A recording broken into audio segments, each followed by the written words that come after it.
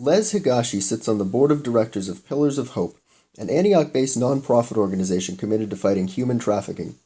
He and his fellow activists want the local community not only to gain a better understanding of this global epidemic, but that it can be found anywhere, even in the quietest neighborhoods in East County. Well, human trafficking is it covers two things: labor trafficking and sex trafficking. Most people know about sex trafficking to a certain degree. They think that it happens in some place like Thailand or in some Southeast Asian country, or maybe some places in Europe. But it actually happens right here in the United States. In fact, California and the Bay Area is a hub for human trafficking in the United States. What happens is that there's two things: is that it's both an international hub in that there's foreign nationals that are being trafficked into the Bay Area, and you'll see them in domestic work or in restaurant work, construction, those kinds of things, but also in sex trafficking in massage parlors and brothels. Worldwide, it's estimated that there are nearly 30 million individuals who are victims of human trafficking, a form of modern-day slavery, which means that there are more slaves alive today than during any other time period. The money being made through both sex and forced labor is lucrative, with gangs, drug cartels, and other organized crime getting in on the action. Numerically, even around the world and in the United States, I think labor trafficking is the biggest. They get the biggest chunk of the pie.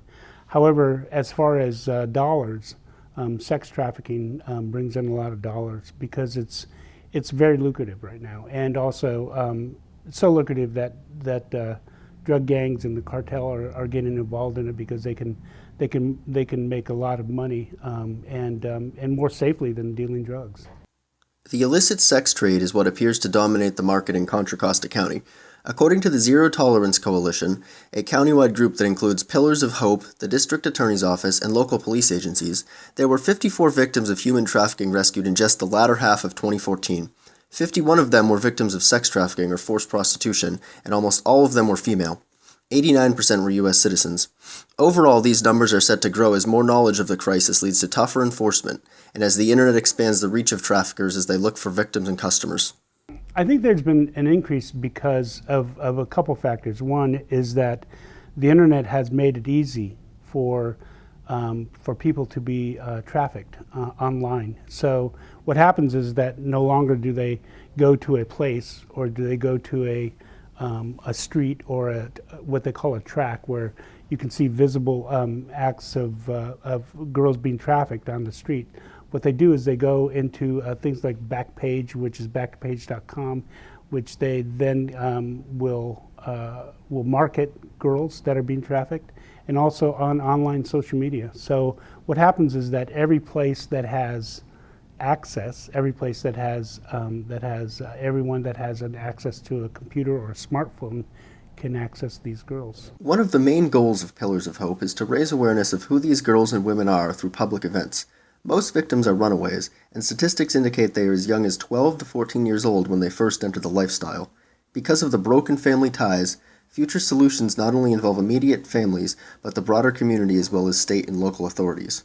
Sadly, a lot of the girls that have been caught up, a lot of the women that have been caught up in this are women that have experienced sexual or physical abuse when they were children growing up in a home. So a lot of times that you'll see that when they interview these victims, up to 80% of them will be somebody that has been, before they were trafficked, they were abused and physically abused or sexually abused at home. The staff at Pillars of Hope and their partners routinely make the point that the only way to fully address human trafficking is to confront the demand for it, and to enlist as many people as possible in the fight. Many resources can be found online or through the national hotline, they say, and they are always eager to accept help. In the Bay Area, there's a organization called Bay Area Anti-Trafficking Coalition, BAATC, and what they are is they have gathered all the people in the Bay Area, all the organizations, and they've tried to organize them into a coalition. And so I think it's every other year they have a Freedom Summit in a place. In fact, last year we had it at Levi Stadium. So I think that that's one of the things to do. The other thing is that there is organizations like the Polaris Project that they can Google, that has resources, and they have a number that they can call if there's any suspicion. They don't have to just, they feel like they need to call, and maybe they're not getting the type of cooperation that they think they would get from local agencies.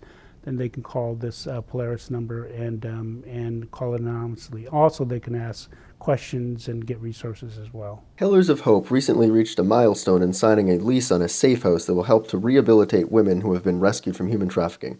However, Higashi and his colleagues say it's only a small step in the right direction as they try to expand their scope and resources to battle a hidden and prolific underworld that most people still don't know exists. This is Corey Hunt, reporting for thepress.net.